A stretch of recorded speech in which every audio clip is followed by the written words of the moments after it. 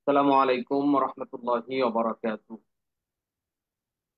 আলহামদুলিল্লাহি রাব্বিল আলামিন আসসালাতু ওয়াসসালামু আলা আশরাফিল আমবিয়াই ওয়াল মুরসালিন ওয়া আলা আলিহি ওয়া আসহাবিহি আজমাইন আম্মা বা'দ।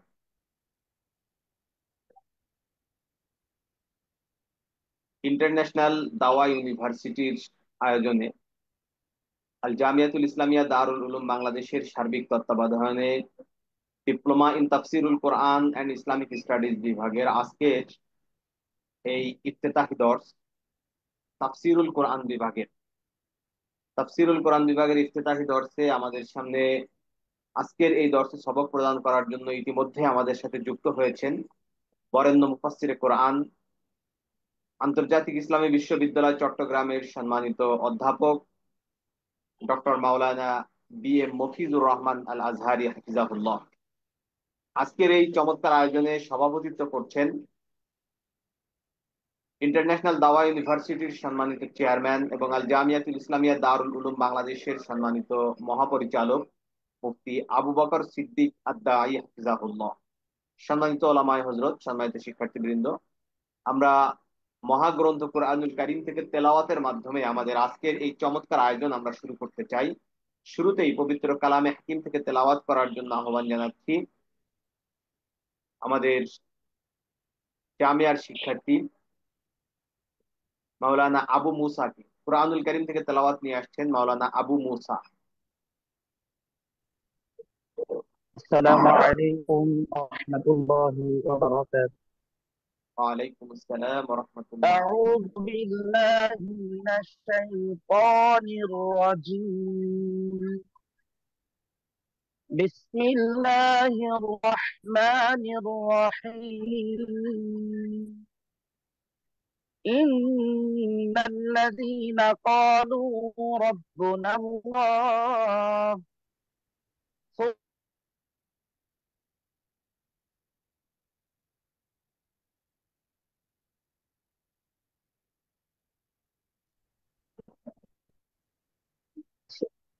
ثم استقاموا تتنزل عليهم الملائكة ألا تخافوا ولا تحزنوا وأبشروا بالجنة التي كنتم توعدون.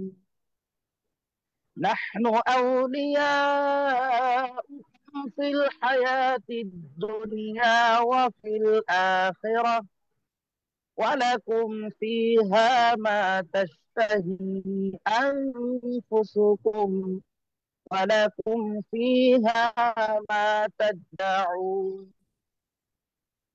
نزلا من غفور رحيم. ومن أحسن قولا ممن دعا إلى الله وعمل صالحا وقال إنني من المسلمين. صدق الله العظيم. আলহামদুলিল্লাহ, মহাগ্রন্থ কুরআনুল কারীম থেকে তেলাওয়াতের মাধ্যমে আমাদের আজকের এই ইফতেতাহি দর্সের কার্যক্রম আমরা শুরু করলাম। সম্মানিত ওলামায়ে হযরত, আমরা আপনাদেরকে একটু দৃষ্টি আকর্ষণ করছি যে কেউ কেউ স্ক্রিনে আঁকাআঁকি করছেন, লেখালেখি করছেন, এইগুলো কর- করবেন না। কারণ ওই দেখেন স্ক্রিনে একটা লাল স্পট পড়ে গেছে, এই স্পটটা থাকলে আপনাদেরই এই দর্সের বিষয়গুলো দেখতে সমস্যা হবে। তো আলহামদুলিল্লাহ, সম্মানিত ওলামায়ে হযরত, সম্মানিত শিক্ষার্থীবৃন্দ, ইন্টারন্যাশনাল দাওয়া ইউনিভার্সিটির আমাদের আজকের এই যে চমৎকার আয়োজন, ইন্টারন্যাশনাল দাওয়া ইউনিভার্সিটির ডিপ্লোমা ইন তাফসিরুল কোরআন এন্ড ইসলামিক স্টাডিজ এর 11তম ব্যাচের ইফতেতাহি দর্শে এই পর্যায়ে আমাদের মাঝে আজকের এই দর্শের মূল যে আকর্ষণ, সবক প্রদান সবক প্রদান করছেন আমাদের শ্রদ্ধাভাজন উস্তাদ, ইন্টারন্যাশনাল আন্তর্জাতিক ইসলামী বিশ্ববিদ্যালয় চট্টগ্রামের সম্মানিত প্রফেসর, প্রখ্যাত আলেমে দ্বীন প্রফেসর ডক্টর মাওলানা বি এম মফিজুর রহমান আল আজহারি হাফিজাহুল্লাহ। আমি ওস্তাদকে আজকের এই অনুষ্ঠানে সবক প্রদান করার জন্য বিনয়ের সাথে অনুরোধ করছি।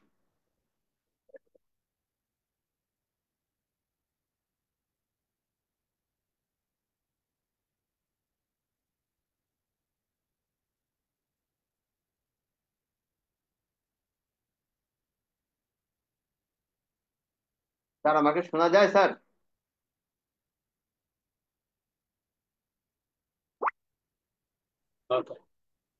السلام عليكم ورحمة الله وبركاته. ওয়ালাইকুম আসসালাম রহমতুল্লাহি ওয়া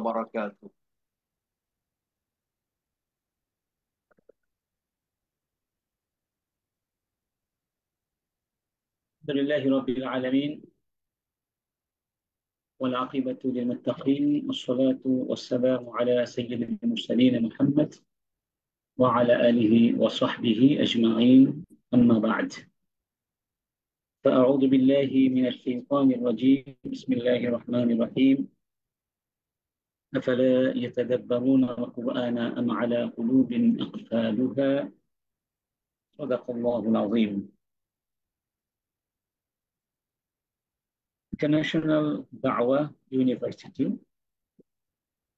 جامعة الدعوة العالمية، قسم تفسير القرآن الكريم وعلومه أو العلوم الإسلامية এর 11তম ব্যাচ এর আজকের উদ্বোধনী ক্লাস তথা ওরিয়েন্টেশন প্রোগ্রামের সম্মানিত সভাপতি বরেণ্য আলিম দ্বীন ফাসিল কোরআন মুফতি আবু বকর সিদ্দিক আদ-দাঈ হাইয়াহুল্লাহ ওয়া আতালা উমরাহ ওয়া সাদ্দাদা খুতাহ, চেয়ারম্যান ইন্টারন্যাশনাল দাওয়া ইউনিভার্সিটি, মহাপরিচালক আল জামিয়া আল ইসলামিয়া দারুল উলুম বাংলাদেশ, উপস্থিত আজকের এই 11তম ব্যাচ এ অংশগ্রহণকারী সম্মানিত ছাত্র ভাইয়েরা, সম্মানিত ওলামায়ে কেরাম, অন্যান্য যারা আমাদের সাথে আজকে একত্রিত হয়েছেন, সম্মিলিত হয়েছেন, نحييكم جميعا بتحية الإسلام الخالدة من صميم قلوبنا ونقول لكم جميعا السلام عليكم ورحمة الله وبركاته.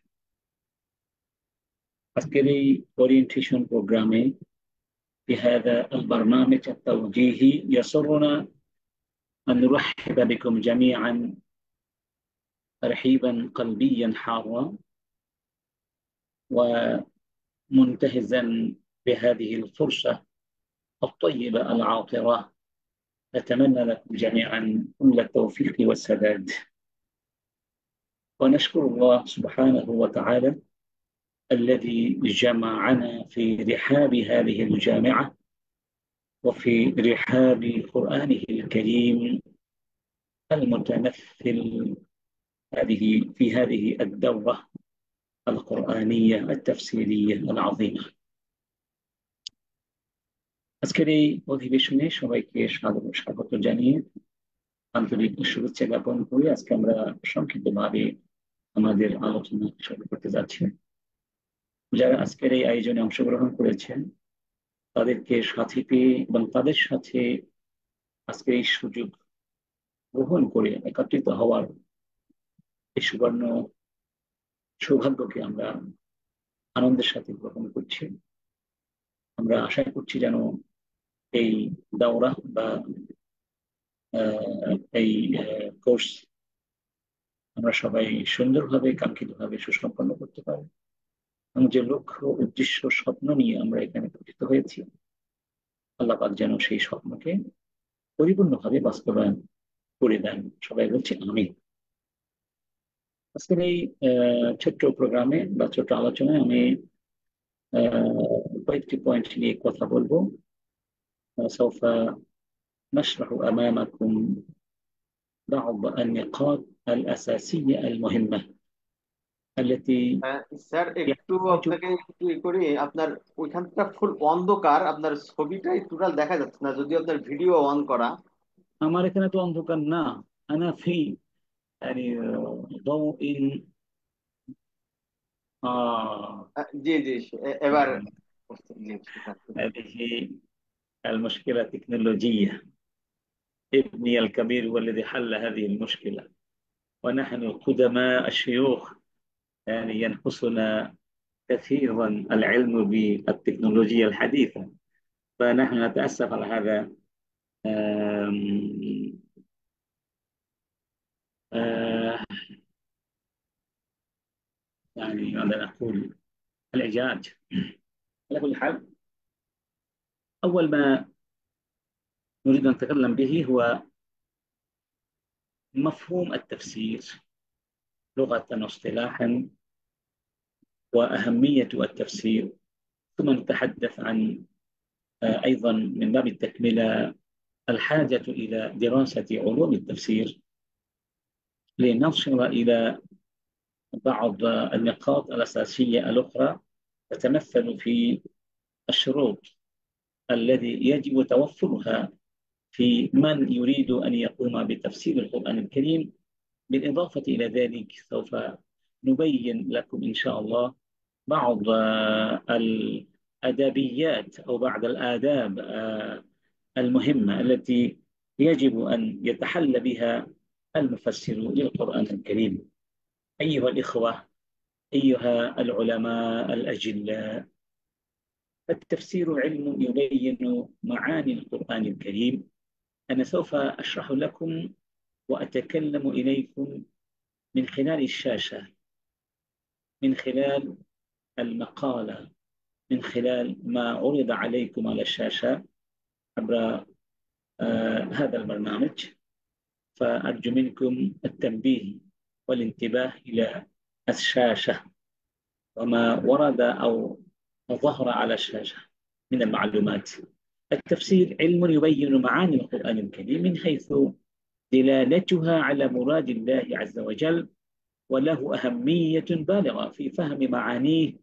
فبفهمه فهما سليما تقبل أو تقبل أنفس على تدبر آياته وتطبيق أحكامه والعمل بما جاء فيه. فهذا التمهيد سوف نشرح لكم فيما يأتي هذه المعلومات. فأول ما نريد أن نتبين أو نبين لكم هو مع مفهوم التفسير. ما هو التفسير؟ التفسير في اللغة الإيضاح والتبيين। প্রথমে আমরা যে তাফসীর নিয়ে আমরা আলোচনা করব, তাফসীর শব্দের আসলে তাৎপর্য কি, এর ব্যাখ্যা কি।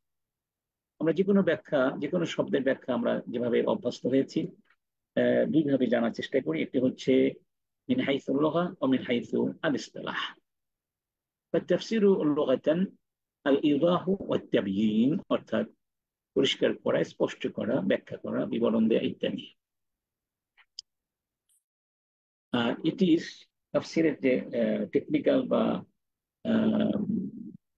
টার্মিনোলজিক্যাল মিনিং রয়েছে فقد عرفه العلماء بتعاريف كثيرة، ومنها هذه التعريفات علم يبحث فيه عن القرآن الكريم من حيث دلالته على مراد الله عز وجل بقدر الطاقة البشرية। এখানে একটি পয়েন্ট করে রাখি, হাইসুর পরে কিন্তু আমরা সাধারণত মুদাফ ইলাইহি হিসাবে জের দিয়ে থাকি মিন হাইসু দিলালাতিহি, কিন্তু এটা ভুল। لأن حيث من الظروف التي يجب إضافتها إلى الجملة ولا يجوز إضافتها إلى المفرد. فإذا قلنا من حيث دلالته فإن الإضافة هنا تكون المفرد، والإضافة إلى المفرد لا يجوز بالنسبة لحيث. إذا ماذا نقول؟ من حيث دلالته، يعني هذه جملة والمبتدا محذوف، من حيث هي دلالته. على كل حال هذا هو الصواب من وجهة النظر النحو والقواعد العربية. إذا ماذا قيل هنا؟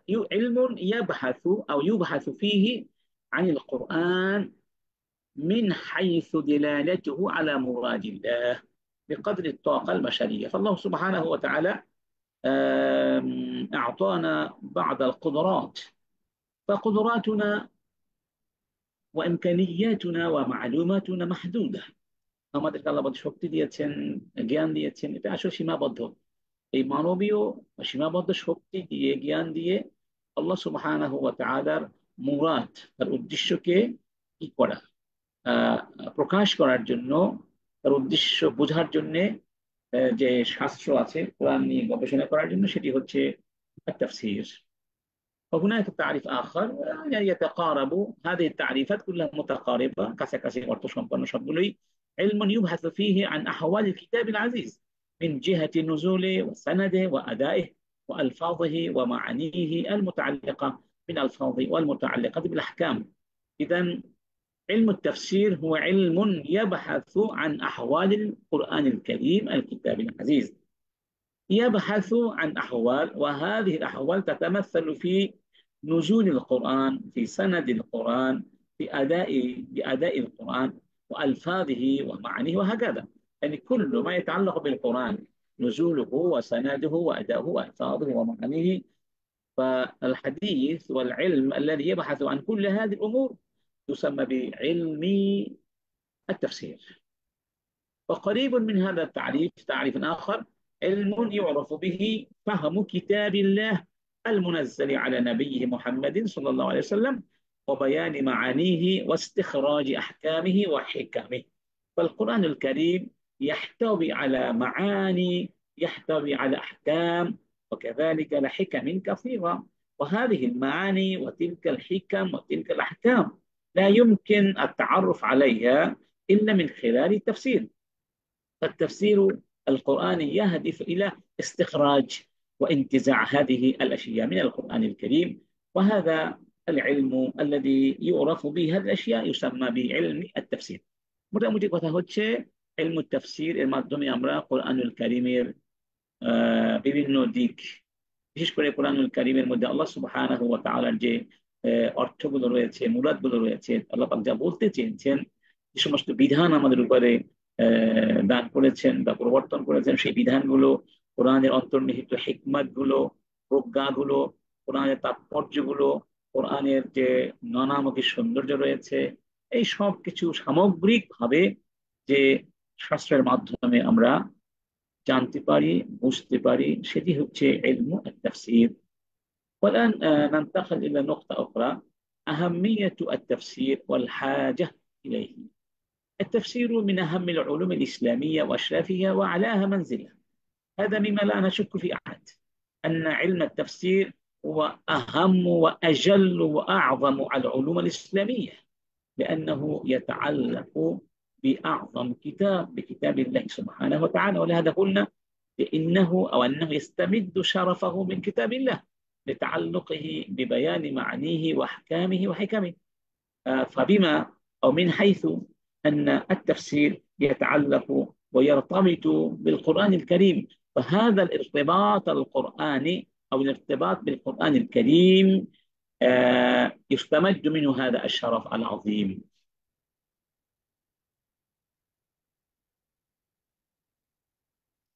وكذلك إن الغاية من إنزال القرآن الكريم هي الاسترشاد بتعاليمه ونظمه الحكيمة، وهذا لا يتحقق إلا بعد فهمه وتدبره والوقوف على ما تضمنه من نصح ورشد للكشف والبيان لما تدل عليه الفظه، وهو ما نسميه بعلم التفسير.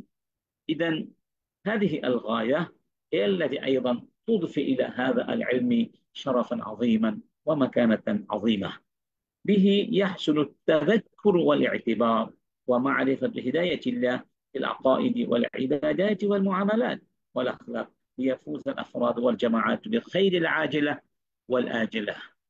طبعا من خلال التفسير بالقرآن الكريم يمكننا أن نتذكر بالقرآن وأن نعتبر بالقرآن. وقد كرر الله، وكم من مرة يقول الله: أفلا تذكرون، أفلا يعني فاعتبروا يا أولي الأبصار.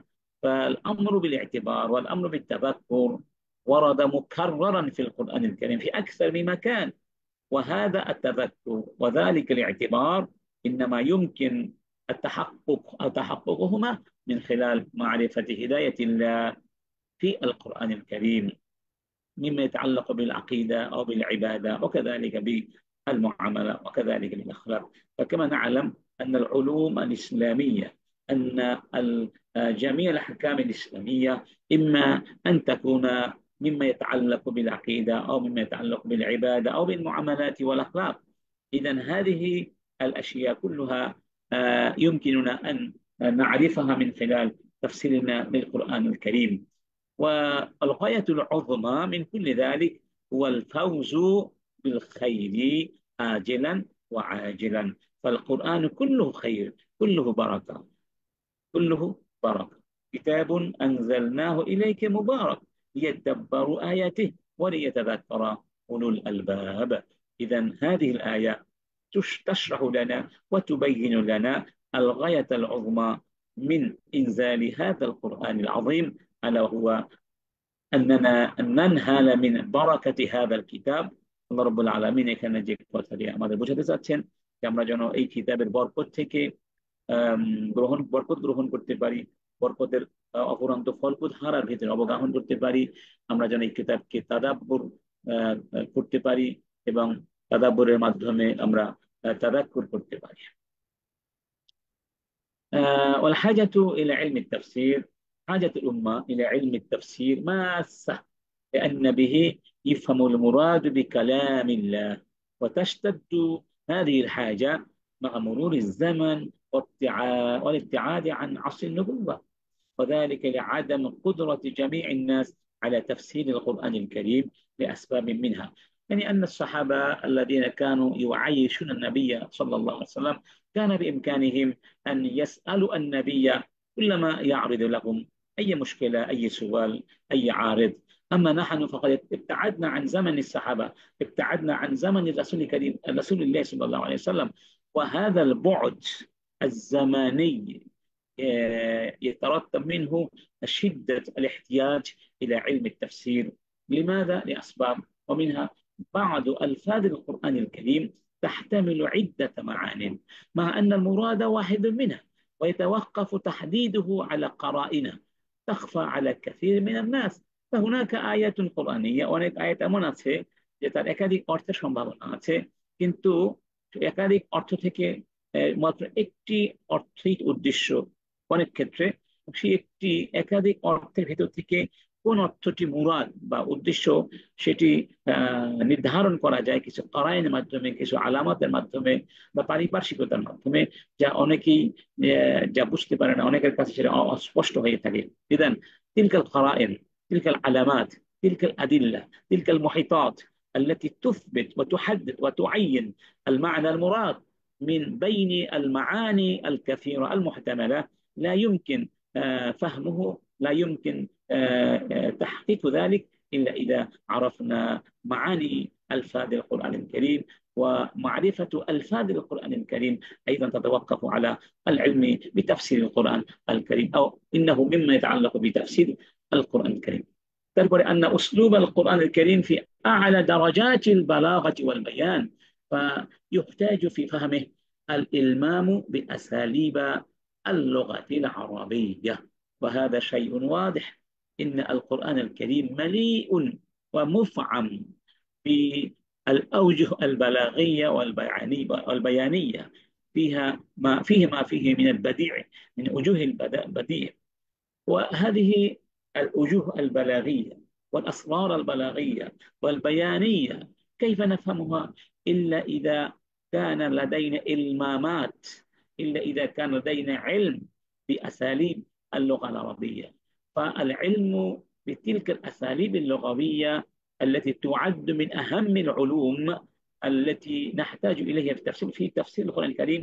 وهذا ما سوف نرى بعد قليل يبين لنا هذه الأساليب، توضح لنا تلك البلاغة القرآنية. مثلا قوله تعالى يجعلون أصابعهم في آذانهم، في هذه الآية جمال بلاغي، سر بلاغي.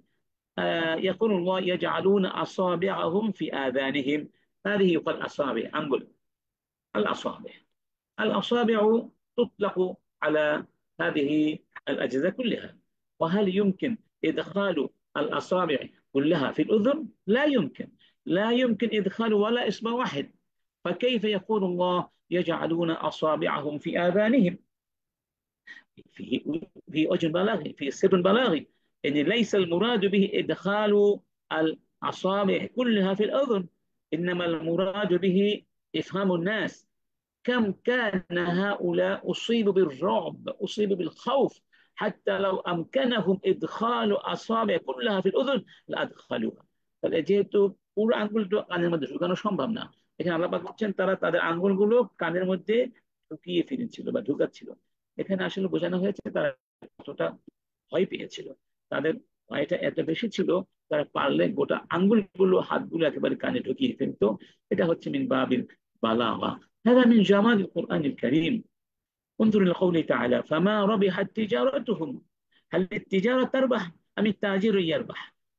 الحقيقة هي أن التاجر هو الذي يربح، التجار هم الذين يربحون. أما التجارة فهي لا تربح ولا تخسر، ولكن الله هنا أسند هنا الخسارة إلى التجارة، وذلك لسر بلاغي. وما هو ذلك السر؟ هو يعني المبالغة في شدة الخسران. إنهم خسروا خسرانا كبيرا حتى كأن التجارة نفسها خسرت، ولهذا أسندت التجارة إلى الخسارة، فما ربحت تجارتهم.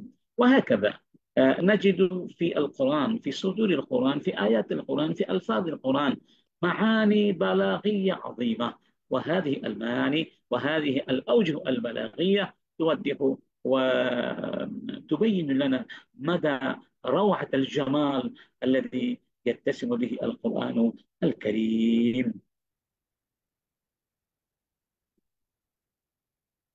طيب، এরপরে أن أسلوب إن فهم معاني آيات من القرآن الكريم يتوقف على معرفة أسباب نزولها وما ورد في تفسيرها من آثار. أيها الإخوة الكرام، أيها الأجلاء، هل أنتم تفهمون كلامي وتسمعون كلامي؟ أنتم معنا أم لا؟ هل أنتم معنا أيها الإخوة؟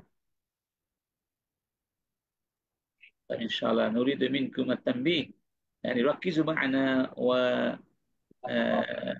فلنستمع إلى الكلام بأذن القلب، لا بأذن بالأذن الخارجية فقط، حتى لا تخرج الكلام، حتى لا تكون الكلام تدخل من أذن وتخرج من أذن أخرى، أو حتى لا نكون من المحرومين. وعلى كل يقول الإمام السيوطي رحمه الله: إن القرآن نزل بلسان عربي في زمن أفصح العرب।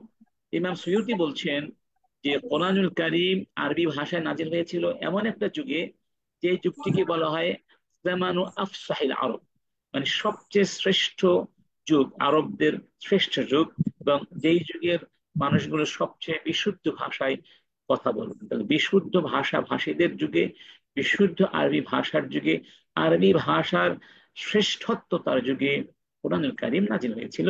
وكانوا يعلمون ظواهره واحكامه, এবং তারা এই কোরআনের যাওয়াহির বুঝতেন, কোরআনের আহকামগুলো বুঝতেন। اما دقائق باطنه فانما كان يظهر لهم بعد البحث والنظر.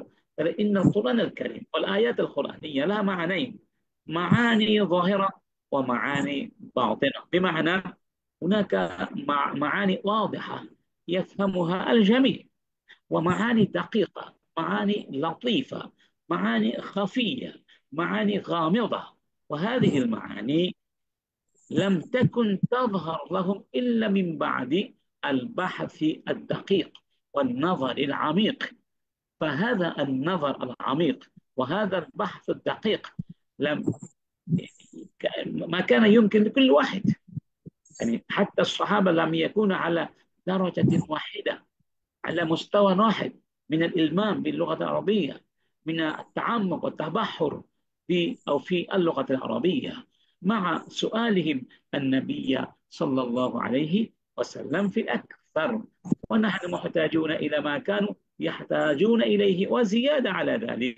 মানে তারা রাসূলকে প্রশ্ন করতেন এবং তারা ভাষাভাষী ছিলেন, তারা শ্রেষ্ঠ ভাষাভাষী ছিলেন, এরপরেও তারা রাসূলকে প্রশ্ন করতেন তো আমাদেরও তাদের যা প্রয়োজন আমাদেরও তাই তো প্রয়োজন, বরং আমাদের আরো প্রয়োজন বেশি। ওয়াজিয়াদা আলা যালিক মিম্মা লাম ইয়াহতাজু ইলাইহি মিন আহকামি যাওয়াহির লিকুসুরিনা আন মাদারিকি আহকামি লুগা লিতাআল্লুম।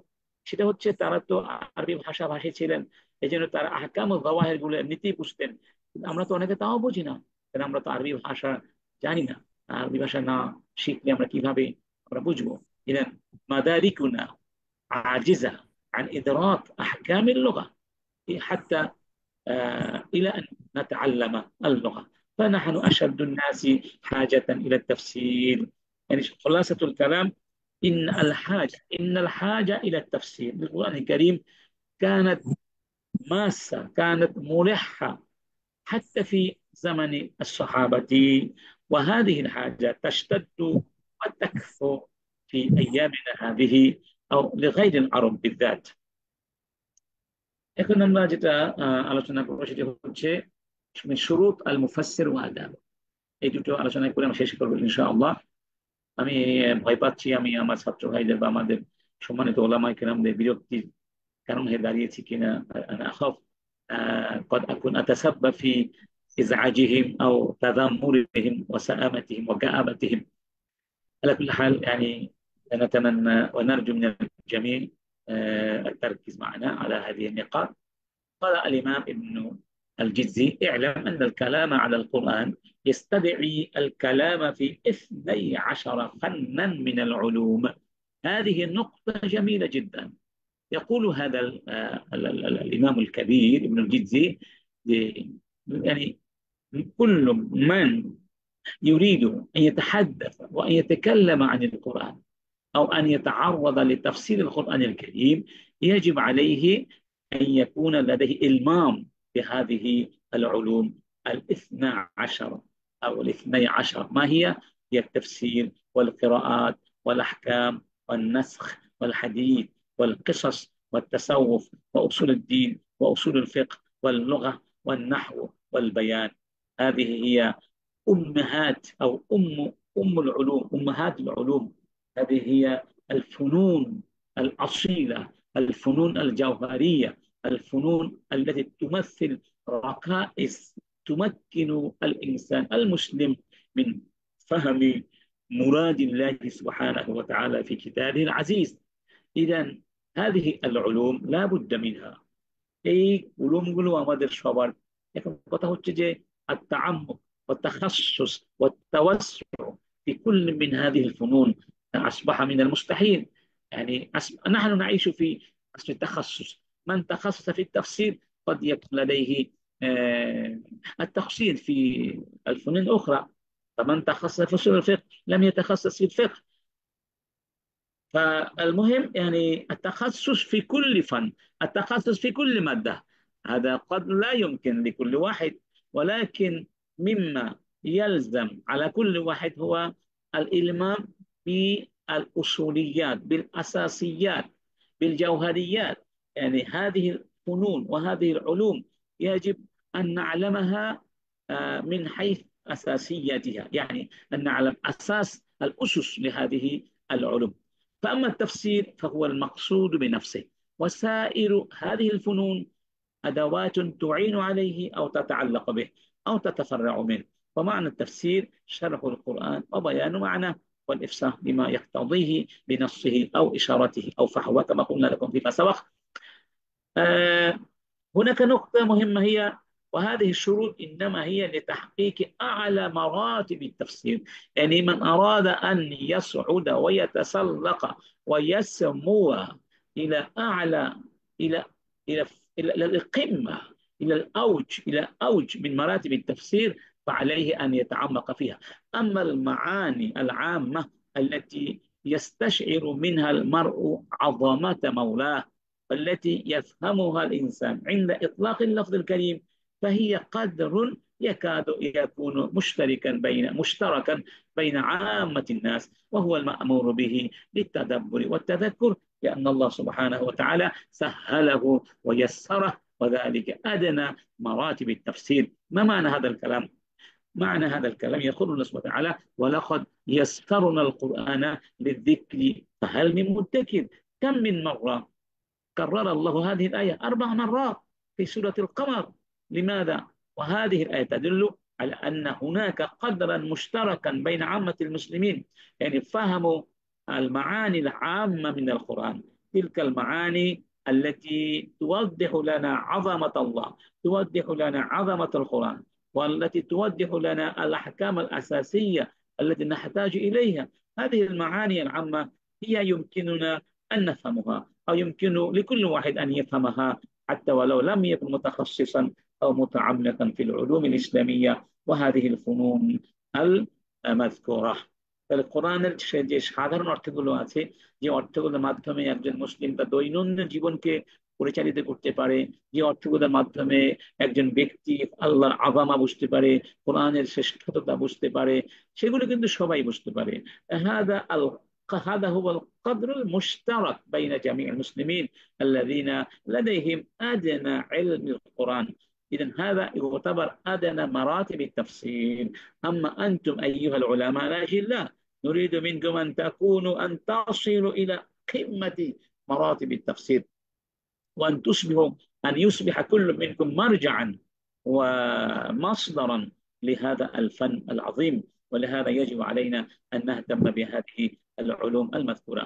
وآخر ما نختتم به هذا الحديث لهذا اليوم هي الآداب. هناك آداب عظيمة يجب وينبغي لنا أن نتحلى بها وأن نلتزم بها حتى يكون التفسير مقبولا منا لدى الجميع، لدى عامة الناس. وهذه الآداب هي التي تزيننا بزينة القرآن، هي التي تجعلنا مرغوبا فيه أمام الناس. فعامة الناس ينظرون إلى العلماء نظر التقصي، نظر القبول. فإذا وجدوا أن العلماء أنفسهم لا يعملون بالتفسير، لا يعملون بالقرآن، ولا يتحلون ولا يتأدبون بالآداب الإسلامية، فإنهم لا يرغبون في العلماء ويبتعدون عنهم. وهذا ما حدث بالفعل. ولهذا أوصي نفسي وأوصيكم جميعا بالتحلي والالتزام بهذه الآداب الإسلامية التي ينبغي توفرها في كل مفسر أو في من يريد أن يفسر القرآن الكريم. يعني أيها الإخوة الكرام، نحن لا نريد أن تكونوا بقتة بوزن تقطة، لا نريد بقتة بوزن تقطة. هناك بقتهات كثيرون، هناك متكلمون، متحدثون، مفسرون يقومون بتفسير القرآن في المحافل وفي الاحتفالات كثيرة، ولكن كم منكم يتحلون بهذه الآداب، وكم منكم يتخصص في هذه المواد؟ يعني بمجرد أن يكون لديك قوة للنطق، أو أن يكون صوتك جميلا حلوا عذبا، ثم تلقي الكلمات بصوت حلو، وتأتي بعد كل قليل بأغاني وناشد إسلامية، ليس هذا تفسيرا. إنما التفسير هو الذي يوضح مراد القرآن، هو الذي يقرب الناس من القرآن، هو الذي يبين لنا كيف غير القرآن الكريم الحضارة الإنسانية. فالقرآن لم يأتي لمجرد أن نقرأه، لمجرد أن نتلوه، لمجرد أن نكتسب به الفلوس عن طريق إلقاء الكلمات والمحاضرات في المحافل. إنما جاء القرآن من أجل أن نغير به أنفسنا، من أجل أن نغير به الحضارات البشرية. فالقرآن فيه المعجزة، وهذه المعجزة معجزة تحدث الانقلاب، تحدث التغييرات الجذرية في أفكار البشرية. فإذا لم نستطع أن نغير المجتمعات الفاسدة بالقرآن الكريم ونحولها إلى مجتمعات صالحة، فإذا لم نتمكن من تقويض هذه المجتمعات ونبني منها أو على أنقاضها مجتمعات متحضرة، مجتمعات والحضارات التي بناها أجدادنا وأسلافنا من الصحابة ومن تبعهم، فلسنا بمفسرين، فلسنا ننهج مناهجهم. طيب، ما هي الآداب؟ من هذه الآداب أولا التجرد عن الهوى، بأن يكون قصد المفسر هو بيان معاني آيات القرآن الكريم، لا مجرد اتباع هواه أو نصرة رأيه أو مذهبه أو الظهور على خصمه. هناك من المفسرين من لا يهمهم أو من لا يهمه إلا أن يثبت نفسه، إلا أن ينتصر على خصمه، أو إلا أن يثبت مذهبه. فهذا يدخل في باب اتباع الهوى، اتباع الهوى. وهذا يعني يجب الاجتناب منه، يجب تركه ونبذه. فالهوى فالهوى يعني يجب أن نتجرد منه، لأن الهوى يضل الناس أو تضل الناس. يقول الله: أفرأيت من اتخذ إلهه هوى، أرأيت الذي من اتخذ إلهه هوى. فالذين اتخذ إلهه هوى اتخذ إلهه هوى، والذين ضل وأضله. إذا هذه أو هذا أول آداب يجب أن نتأدب به، أن نتخلص من الهوى، من مطالب الهوى، من تضليلات الهوى، من غرائز الهوى، من إغواءات الهوى، من غرور الهوى، ونكون متجردين لله سبحانه وتعالى. لا نريد إلا إرضاء الله، لا نريد إلا معرفة الحقائق، لا نريد إلا إثبات الحقائق مهما كلفنا ذلك، حتى ولو كان ذلك على حساب أنفسنا، حتى ولو ذهب الحق ضد مصلحتنا الشخصية. طيب، الأدب الثاني التأدب مع كلام الله سبحانه وتعالى. هذا ما نتحدث عنه فيما بعد. امتثال ما استنبطه من معان وأحكام، هذا مهم جدا جدا جدا. ماذا قال ابن مسعود رضي الله عنه؟ إن مفاد كلامه أنهم كانوا يذهبون إلى رسول الله ويأخذون من رسول الله 10 آيات 10 آيات، ثم يأتون بهذه ال10 ويقرؤونها ويحفظونها ويتلونها، ثم يستخرجون ما فيها من المعاني والأحكام، ثم يعملون بها ويتحلون بها ويحولون هذه الأحكام إلى الترجمة في عبر حياتهم العملية، ثم يذهبون إلى الرسول مرة أخرى، ثم يأخذوا من الرسول آيات 10 أخرى.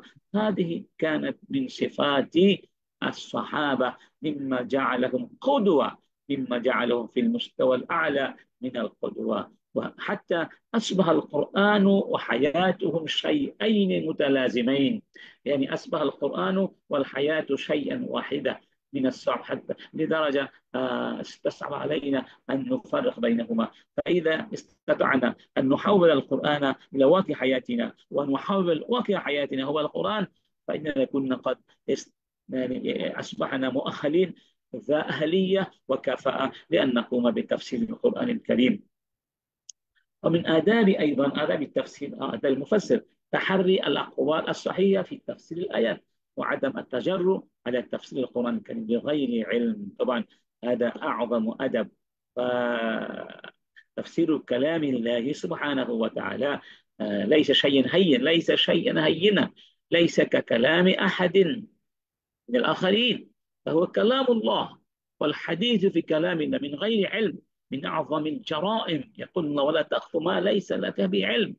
ومن أجل أن يكون لدينا علم صحيح من القرآن، يجب أن نتحرى عن أقوال الصحابة، عن مواقف الصحابة، عن تفسيرات الصحابة، عن الآثار المروية عن الصحابة، بالإضافة إلى ما ورد عن النبي صلى الله عليه وسلم. وأن نعلم أن الرسول لم يقم بتفسير جميع الآيات، أن الرسول ما فسر إلا ما كانت الحاجة ماسة إليها، لأن القرآن كتاب خالد، فكل عصر له متطلباته، وكل عصر له مستجداته، له مشاكله المتغيرة مستجدة. إذا يجب على العلماء في كل عصر أن يبحثوا في أعماق القرآن حتى يأتوا بالحلول المقنعة من القرآن لتلك المشاكل الواقعية التي يعيشونها، التي استجدت في مجتمعاتهم. إذا لو كان النبي قد قام بالتفسيرات النهائية، لما كان لنا أن نبحث في القرآن من جديد. فالقرآن عطاؤه مستمر. القرآن عطاؤه مستمر، عطاؤه لا يتناهى، غير متناهي. فالقرآن لن يقول أبدا أنا انتهى ما فيه ولم يبق في شيء من المعاني والحكام، لن يقول ذلك القرآن أبدا. فالقرآن إلى يوم القيامة سوف يعطينا ويعطينا ويعطينا. فألفاظه محدودة ولكن معانيه غير محدودة، معانيه يمكن أن تتحدى مع كل متطلبات العصر. هذا من أعظم ما يتسم القرآن من الإعجازات أو من المعجزات. طيب، ومن آداب المفسر صحة الاعتقاد. فكيف نأتمن الملحد الذي لا يؤمن بالقرآن والذي يقول بما يناقض أحكام القرآن القطعية؟ هناك بعض الملاحدة يقومون بتفسير القرآن، وأنتم تتذكرون حسن الحق وكذلك من يماثلهم من الزعماء السياسيين اليساريين الملحدين، إنهم كانوا يتحدثون أمام الملأ، حتى أمام الملأ في بعض المحافل الإسلامية، ويقومون بتفسير القرآن الكريم ويعلمون الإسلام كيف، وهم أنفسهم يعتقدون بمعتقدات تخالف وتناقض مناقضة صارخة لتعاليم القرآن الكريم. إذا لن نقبل ولن نأخذ منهم تفسير القرآن، نحن لا نأتمنهم. إذا يجب علينا أن نصحح اعتقاداتنا حتى تكون المعتقد لدينا معتقدات صحيحة، عقائد صحيحة. نحن يجب علينا أن نأخذ بتلك المعتقدات وتلك العقائد التي ذهب إليه أهل السنة والجماعة. أنا أقصد أهل السنة والجماعة الصحيحة، لا نقصد تلك السنيين الذين يسمون أنفسهم بالسنيين وهم أبعد الناس عن السنة وأقرب الناس إلى البدع والخرافات. لا نقصدهم، إنما نقصد السنة. وأيضا لزوم السنة، لا بد من أن نلتزم بالسنة في تفسير القرآن الكريم. لماذا؟ لأن الالتزام بالسنن يؤدي بنا إلى الاتحاد والوحدة. أهل السنة والجماعة، لماذا سمي أهل السنة والجماعة؟ لأن السنة والالتزام بالسنة يؤدي إلى التجمع، يؤدي إلى الوحدة، يؤدي إلى الاتحاد، إلى توحيد صفوف المسلمين.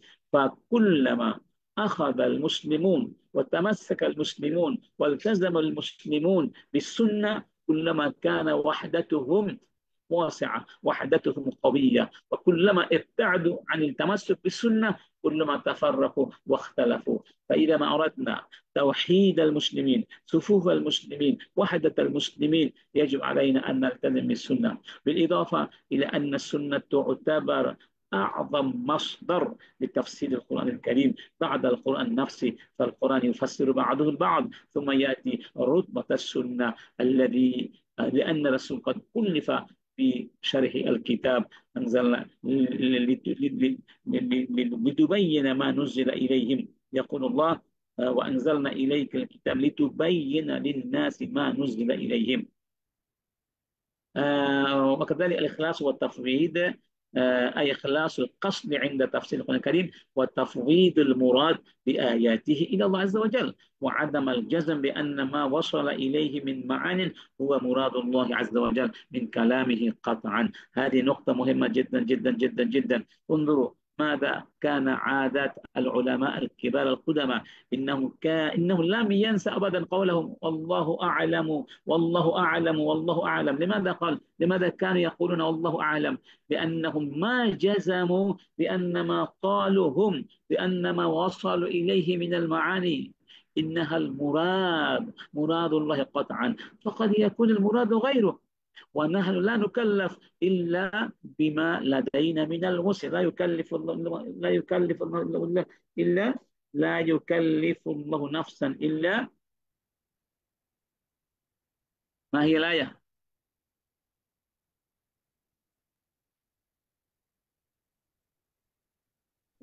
أيوة تكلموا، أنتم لا وسعها تتكلموا. إلا إلا وسعها. لا وسعها. يكلف ما الله معنى نفسا وسعها؟ إلا يعني وسعها. كل مكلف بقدر وسعه، بقدر وسعه. فما لديك من الوسع، من الإمكانية، من القدرة، من المقدرة العلمية، فأنت تسأل أمام الله بقدر ذلك. إذا علينا أن نبحث عن مراد الله بالقدر المستطاع، فلسنا مكلفين بما فوق وسعنا. هذا هو المراد. إذا لا نقول إن ما قلته أنا هو المراد المقطوع به ولا يحتمل غيره، لا، نفوض الأمر إلى الله سبحانه وتعالى، وذلك بالإضافة إلى تصحيح القصد، ثم تدبر تفكر، ثم سلامة القصد هذه، ثم أهم آداب الزهد في الدنيا.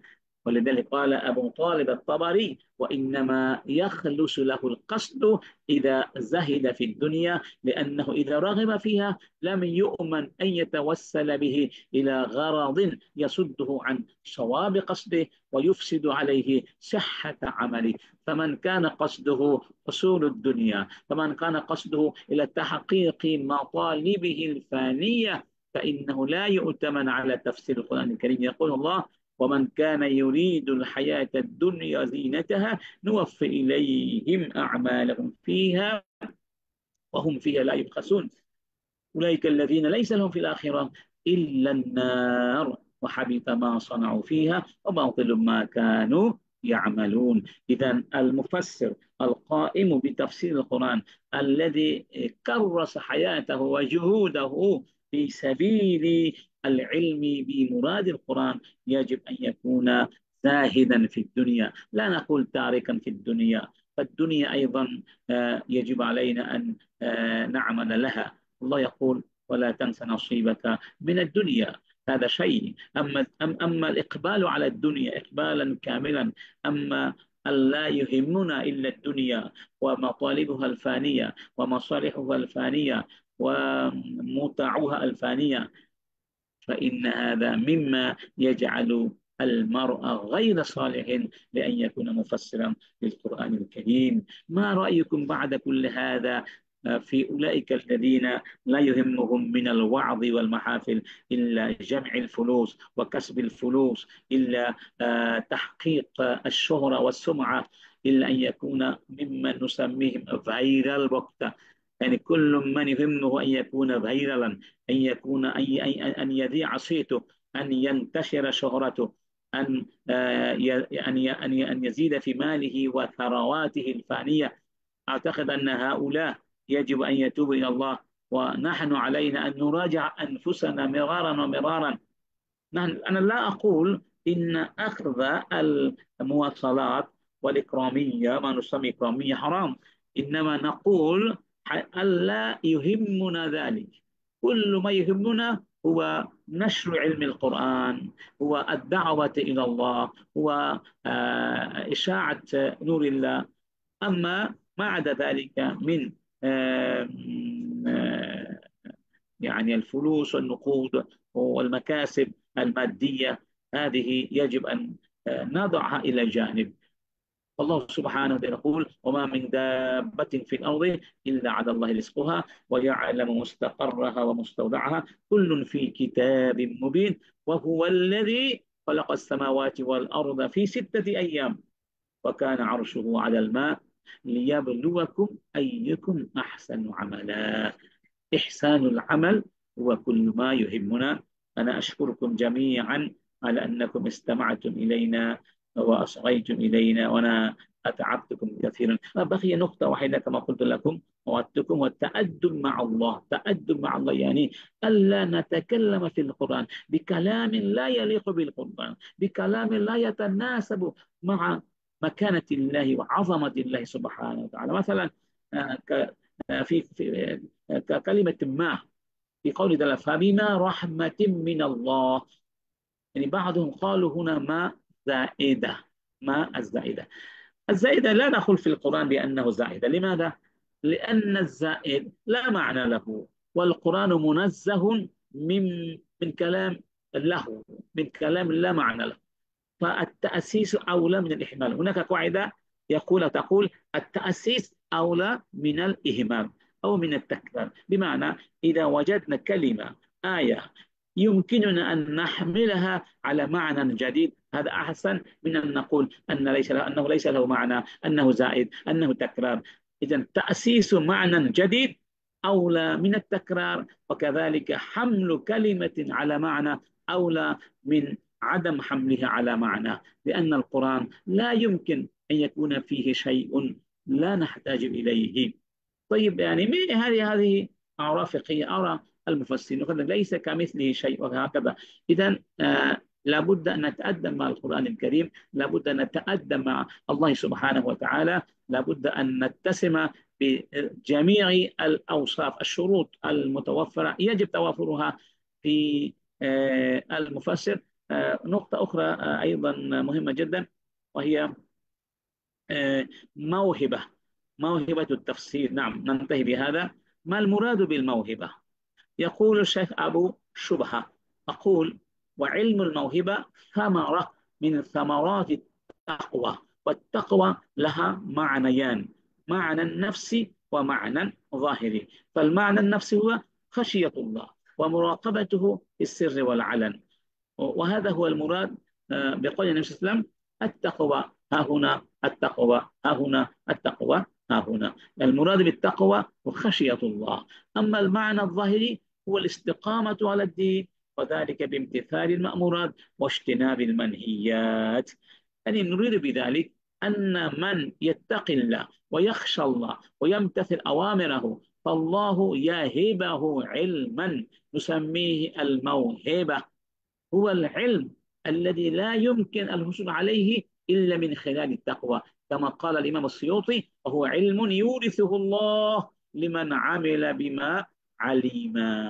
أيها الإخوة الكرام، هذه نقطة مهمة، وهذا أمر عظيم أن نعمل بكل ما نعلم. فالعلم بلا عمل جنون، والعمل بلا علم لا يكون. هذا من ما قاله الدكتور القرضاوي في بعض كتاب مؤلفاته: العلم بلا عمل جنون. هذا نوع من الجنون أن نتعلم العلم ولا نعمل به، هذا جنون.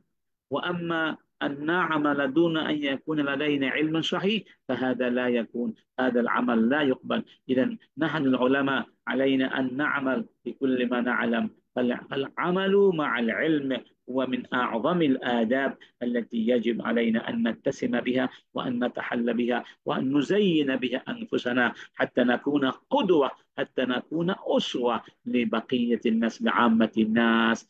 ونتمنى منكم جميعا أن نكون إن شاء الله قدوة. وأوصيكم ونفسي بتقوى الله سبحانه وتعالى.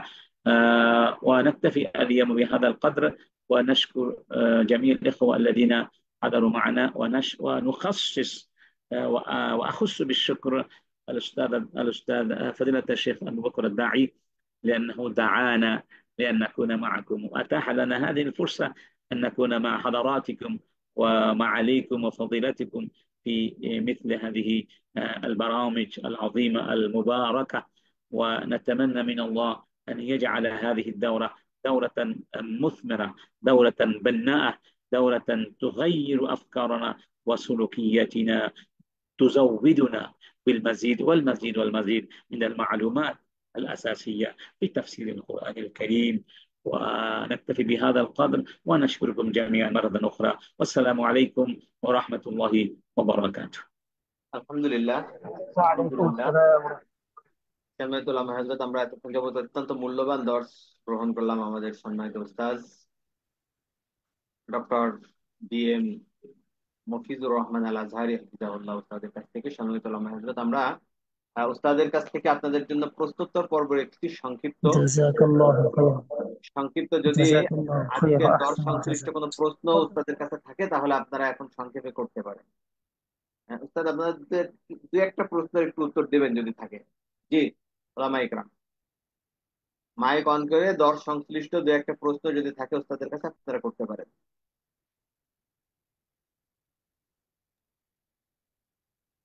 تفضلوا إن شاء الله، تفضلوا.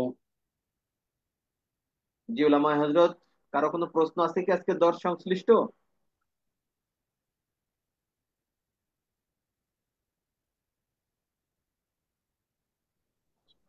মাইক অন করতে পারবেন আপনারা যদি মাইক অন করেন, আর যদি جينا আপনারা جينا প্রশ্ন না جينا থাকে তাহলে আমরা পরবর্তী। جينا أستاذ جينا.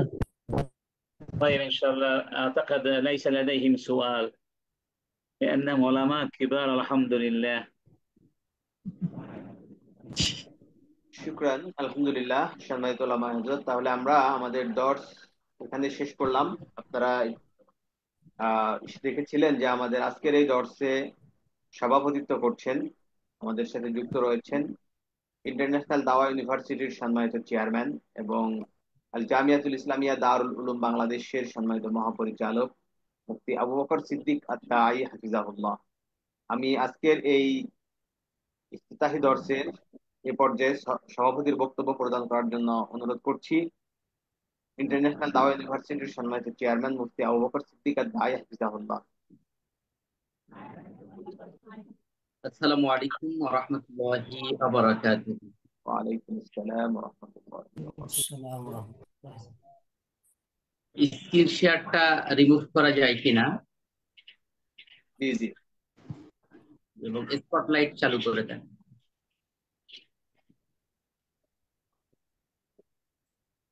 ইন্নাল হামদালিল্লাহ ওয়াস সালাতু ওয়াস সালামু আলা রাসূলিল্লাহ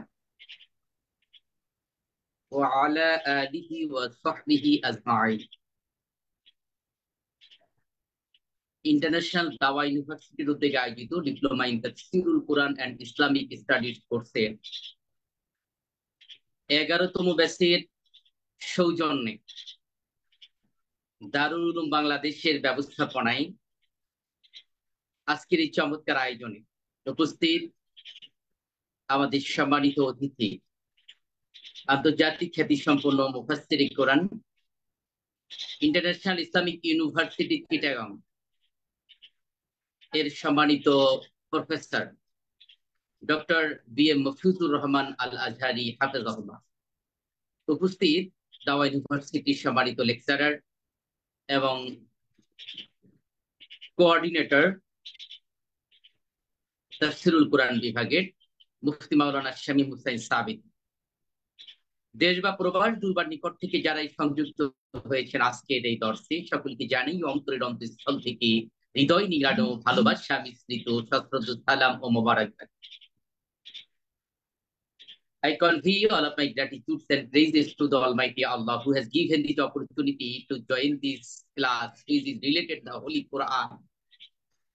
সমস্ত প্রশংসা এবং কৃতজ্ঞতা সর্বশক্তিমান আল্লাহ তাআলার প্রতি, যিনি আমাদেরকে ক্লাসে অংশগ্রহণ করার সুযোগ করে দিয়েছেন, যার সম্পর্ক মহাগ্রন্থ কোরআনের সাথে।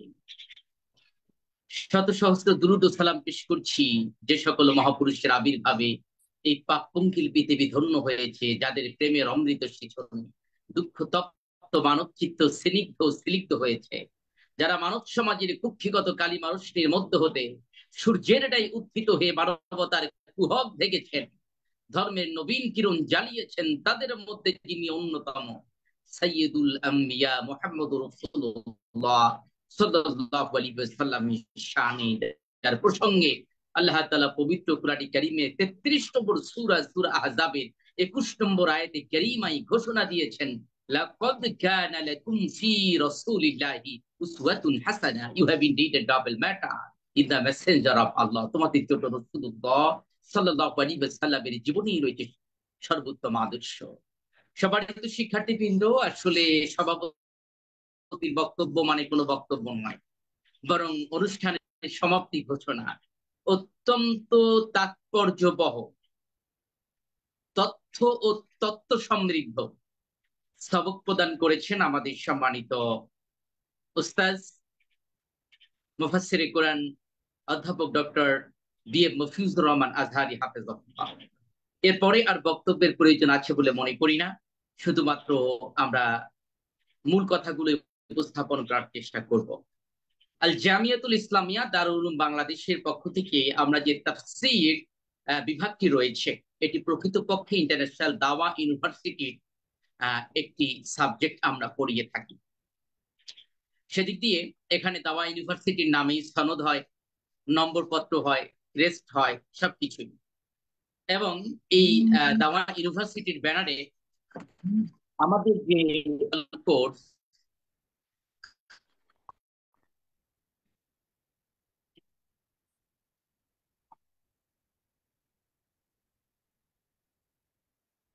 আশা করছি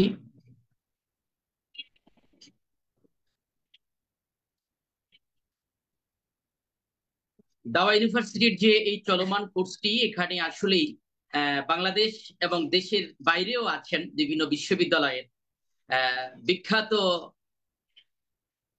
মুফাসসিরগণ, তাফসির বিভাগের উস্তাদগণ ক্লাস নিয়ে থাকেন।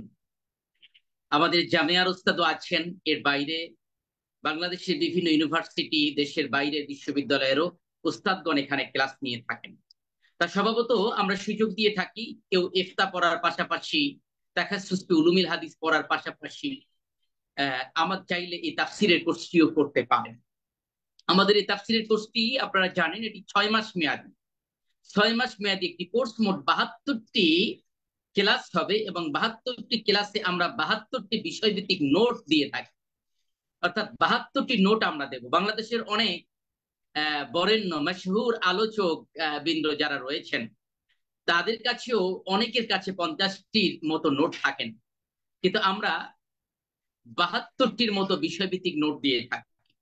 এবং এই কোর্সের মধ্য দিয়ে তাফসিরের উৎপত্তিগত ব্যাপার বা বিষয়ভিত্তিক তাফসির ইবনে কাসির, তাফসিরে মাযহারি, কুরতুবী পড়ার পাশাপাশি তাফসির কিভাবে তৈরি করা যায়, মানে তাফসির কিভাবে করা যায়, তাফসিরের নোট কিভাবে প্রস্তুত করা যায়, এই বিষয়গুলো আমরা প্র্যাকটিক্যালি শিক্ষা দিই। একই সাথে দক্ষ দায়ী হওয়ার জন্য করণীয় কি, তাও এই কোর্সের প্রতিটি পত্রে পত্রে ছত্রে ছত্রে শিখানো হয়। সব মিলিয়ে আমরা বলে থাকি যে দক্ষ দায়ী এবং মুফাসসির তৈরির কোর্স হচ্ছে diploma in Tafsirul Quran and Islamic studies. তাই এই কোর্সটি আজকে ইফতিতাহি দর্স হয়ে গেল। এর মূল দর্স গুলো শুরু হবে আগামী বৃহস্পতিবার থেকে, মানে 1 সপ্তাহ পর থেকে নিয়মিত ক্লাস শুরু হবে। সুযোগ রয়েছে, যারা আলহামদুলিল্লাহ ভর্তি হয়েছেন তাদেরকে তো অভিনন্দন, আর যারা এখনো ভর্তি হননি বা ভর্তি হতে চান তাদের সুযোগ আছে বাকি সময়ের মধ্যে যত দ্রুত সম্ভব ভর্তি হয়ে যাওয়া। কারণ আপনারা চাইলে অন্য কোর্সের পাশাপাশি এই কোর্সে অ্যাটেন্ড করতে পারবেন। এবং এই কোর্সের ক্লাস হয় বৃহস্পতি, শুক্র, শনি রাত 9টা থেকে 10টা পর্যন্ত। আমাদের একটা কোর্সের সাথে আরেকটা কোর্সের টাইমের অমিল রয়েছে। যেমন ইফতা বিভাগের ক্লাস হয় জুমাবার এবং শনিবার ফজরের পরে। তাখাসসুস ফি উলুমিল হাদিসের দর্স হয় রবি, সোম, মঙ্গল, বুধ রাত 9টা থেকে 10টা।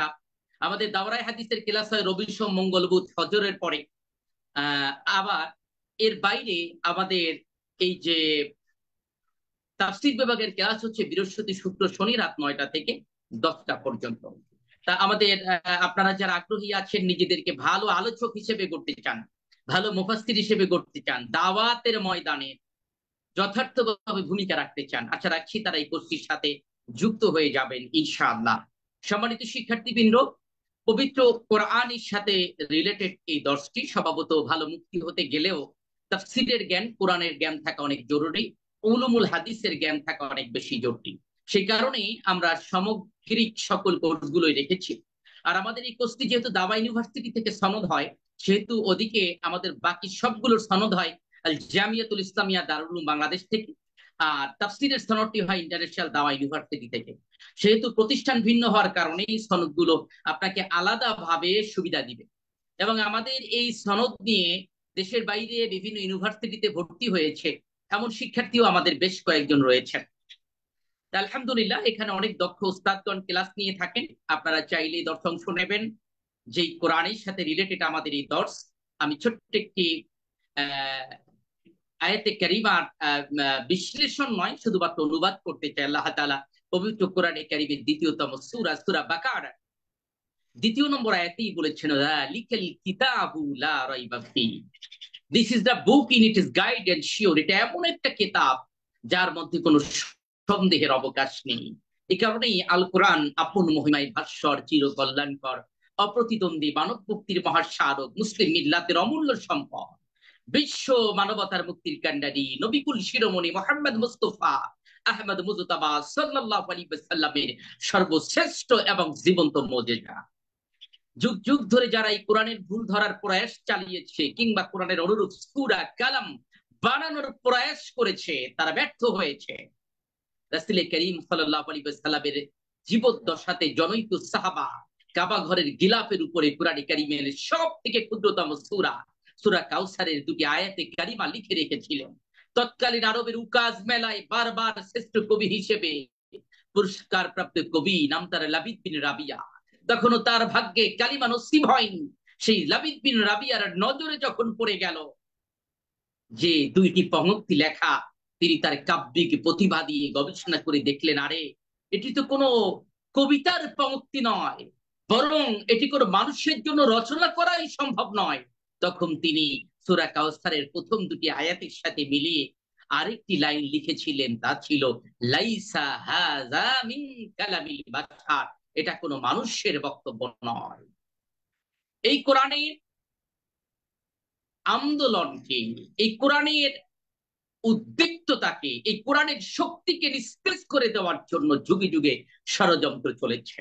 ইংরেজ সরকার 100 বছর শাসন করার পরে যখন দেখলো তিতুমিরের বাঁশের কেল্লার আন্দোলন, হাজী শরিয়াতুল্লাহর ফরায়েজি আন্দোলন, শায়খ আব্দুল আজিজ দেহলভির ফতোয়া, বালাকোটের ময়দানে সৈয়দ আহমদ বেরেলভির শাহাদাত, তখন তারা খুব চিন্তার মধ্যে পড়ে গেল। ব্রিটিশ কলোনিয়াল সেক্রেটারি গোল্ডস্টোনকে দায়িত্ব দিল খতিয়ে দেখার জন্য যে মুসলমানদের শক্তির উৎস কোথায়। সর্বশেষ British colonial secretary Goldstone British পার্লামেন্টে যে প্রতিবেদনটি জমা দিয়েছিল, তার সার নির্দেশ ছিল, so long as the Muslim have the Quran, we shall be unable to dominate them, we must either take it from them or make them lose their love of it। আমরা ততদিন পর্যন্ত মুসলমানদেরকে দমাতে পারবো না যতদিন পর্যন্ত এই কোরআন মুসলমানদের কাছ থেকে ছিনিয়ে নিতে না পারবো। যদি তা না পারি, তাহলে আমাদের জন্য পথ হলো এই কোরআনের প্রতি মুসলমানদের যে ভালোবাসা আছে তা দূর করে দিতে হবে। এই ভালোবাসা দূর করার জন্য 1921 সালে যখন ঢাকা বিশ্ববিদ্যালয় প্রতিষ্ঠিত হলো, সম্পূর্ণ সেকুলারিজমের উপরে ভিত্তি করে বিশ্ববিদ্যালয় প্রতিষ্ঠিত হলো। অদ্য অবধি গোটা বিশ্ব জুড়ে এই কোরআনের দাওয়াতকে থামিয়ে রাখার জন্য ষড়যন্ত্র চলছে। এই কোরআনের প্র্যাকটিক্যালি হচ্ছেন মুহাম্মদ রাসূলুল্লাহ সাল্লাল্লাহু আলাইহি ওয়াসাল্লাম, যিনি ওহী ছাড়া কোনো কথাই বলতেন না। যেমনটি কোরআনে কারীমের 53 নম্বর সূরা, সূরা নজমের 3 এবং 4 নম্বর আয়াতে বলা হয়েছে, ওয়া মা ইয়ানতিকু আনিল হাওয়া ইন হুয়া ইল্লা ওয়াহয়ু ইউহা। রাসূলে না গুপ্ত, তা না গুপ্ত জিবরাইল, জিবরাইল না গুপ্ত, তা না গুপ্ত পরওয়ারদিগার। রাসূল সাল্লাল্লাহু আলাইহি ওয়াসাল্লাম এমন কোনো কথা বলেন না যা তাকে ওহী হিসাবে জানানো না হয়। নবীজি এমন কোনো কথা বলেন না যা তাকে জিবরাইল না বলে, জিবরাইল এমন কোনো কথা বলেন না যা তাকে পরওয়ারদিগার আল্লাহ তাআলা না বলেন। তা এই কোরআনে কারীমের নির্যাস জানা আমাদের জন্য অনেক বেশি জরুরি। তদুপরি রাসূল করিম সাল্লাল্লাহু আলাইহি ওয়াসাল্লামের দাওয়াতের পদ্ধতি কি ছিল, আম্বিয়া আলাইহিস সালামদের দাওয়াতের পদ্ধতি কি, সাহাবায়ে কেরাম রাদিয়াল্লাহু তাআলা আনহুমদের দাওয়াতের পদ্ধতি কি, আমাদের আকাবিরদের দাওয়াতের পদ্ধতি কি ছিল, বাংলাদেশের প্রেক্ষাপটে আমরা কিভাবে দাওয়াত দেব, দাওয়াত দিতে কি কি সমস্যা, তার সমাধান কি, অমুসলিমের কাছে আমরা কিভাবে দাওয়াত দেব, এই জাতীয় নানাবিধ আলোচনায় সাজানো হয়েছে আমাদের এই diploma in Tafsirul Quran and Islamic studies কোর্সটি। আশা রাখছি আপনারা এই কোর্সের সাথে যুক্ত হয়ে নিজেদেরকে প্র্যাকটিক্যালি দায়ীরাল্লাহ হিসেবে গড়ে তুলবেন। এবং আমরা যে নোটগুলো দেবো এগুলো আরবি বাংলা মিশ্রিত থাকবে, শুধু আরবিও না, যাতে আপনারা সেটিকে মানুষের কাছে উপস্থাপন করতে একটু জটিলতার মধ্যে পড়েন। আমরা শুধু বাংলাও না, আমরা আরবি বাংলার সংমিশ্রণে এই কোর্সটিকে সাজিয়েছি, যাতে আপনারা যেভাবে আমরা নোটটি দেবো সেভাবেই মসজিদের মেম্বরে আপনাদের বয়ানগুলো উপস্থাপন করতে পারেন, মাহফিলের ময়দানে উপস্থাপন করতে পারেন। সেভাবেই আমরা তাফসীর কোর্সটিকে সাজিয়েছি। আমাদের অন্যান্য কোর্সগুলো কিতাব কেন্দ্রিক, কিন্তু তাফসীর কোর্সটি হচ্ছে বিষয় কেন্দ্রিক। আশা রাখছি আপনারা বুঝতে পেরেছেন। যাই হোক, আর কথা প্রলম্বিত করতে চাই না। আল্লাহ তাআলা আমাদের সকলকে কোরআন সুন্নাহের আলোকে গোটা জীবন জিন্দেগি পরিচালিত করার তৌফিক দান করুন। গোটা বিশ্বব্যাপী মুসলিম নিধনের যে ভয়াল ষড়যন্ত্র চলছে, ভারতে, ফিলিস্তিন সহ গোটা বিশ্বে যেখানে মুসলমানরা নির্যাতিত হচ্ছে, আল্লাহ মুসলমানদের হেফাজত করুন। গোটা মুসলিম উম্মাহকে ঐক্যবদ্ধ হয়ে বাতিলের বিরুদ্ধে মাথা উঁচু করে দাঁড়াবার তৌফিক দান করুন। জাগো মুসলিম জাগো, তোমরা কোনো ভীরু কাপুরুর জাতি নও, কোনো অসহায় নিঃসম্বল নও। তোমাদের রুধির দ্বারায় বহমান ইমানি তারুণ্যের জয়গান, আল্লাহর সহযোগিতা তোমার পক্ষে, আল কোরআন তোমার পক্ষে। পৃথিবীর কোন শক্তি দমাতে পারেনি, তোমাদের পারবে না কোনোদিন। পৃথিবীর মানুষ অসহায় কেন আজ? আজ যদি থাকতো কোরআনের রাজ, মুসলিমেরা আজ যদি মানত কোরআন, তাহলেই পালাতো কাফির মুশরিক বেঈমান। হায় হায়, আজ বাংলার মানুষ অসহায় কেন? নেই কি তিতুমির শাহজালালের মতো ইমান? আজ কাশ্মীর ইরাকের লোকেরা খুঁজছে ঠাই সেঠাই, মুসলিমদের সেই সুন্দর আদর্শ গেল কোথায়? আবু বকর, ওমর, উসমান, তাদের ছিল কি কাফিরের ভয়? তাদের যদি নাই ছিল কাফিরের ভয়, তাহলে মুসলিমদের খোদার পথে চলতে কেন এত ভয়? আসুন ভয়কে জয় করে দীপ্ত সাহস নিয়ে এগিয়ে যাই সম্মুখ সমরে। তাহলেই আল্লাহর ওয়াদাকৃত সেই প্রতিশ্রুতি আমাদের জন্য বাস্তবায়িত হবে। ওয়ালা তাহিনু ওয়ালা তাহজানু ওয়া আনতুমুল আ'লাউনা ইন কুনতুম মুমিনিন। সূরা আলে ইমরানের 139 নম্বর আয়াত আল্লাহ তাআলা বলেছেন, চিন্তিত নয়, নেই কোনো ভয়, এভাবে আসবেই বিজয় যদি ইমানের বলে, মুমিনের দলে সদা বলিয়ান হয়। আল্লাহ তাআলা সেই তৌফিক আমাদের দান করুন। দারুল উলুম বাংলার উলুম আমাদের এই উভয় জামিয়ার সাথে সংশ্লিষ্ট যারা আছে সকলকে হেফাজতে রাখুন, সকল প্রকার বিপর্যয় থেকে হেফাজত করুন। আসুক আবার ফিরে হীরার আলো দিন, রহমের দুয়ার খুলে দেন হে রাব্বুল আলামিন। হে আল্লাহ, তুমি রক্ষা করো দুনিয়া ও দিন, শান শৌকতি পূর্ণ হোক নিখিল মুসলিমিন। ওয়াখিরি দাওয়ানা আনিল হামদুলিল্লাহি রাব্বিল আলামিন। আসসালামু আলাইকুম ওয়া রাহমাতুল্লাহি ওয়া বারাকাতুহু। আলহামদুলিল্লাহ।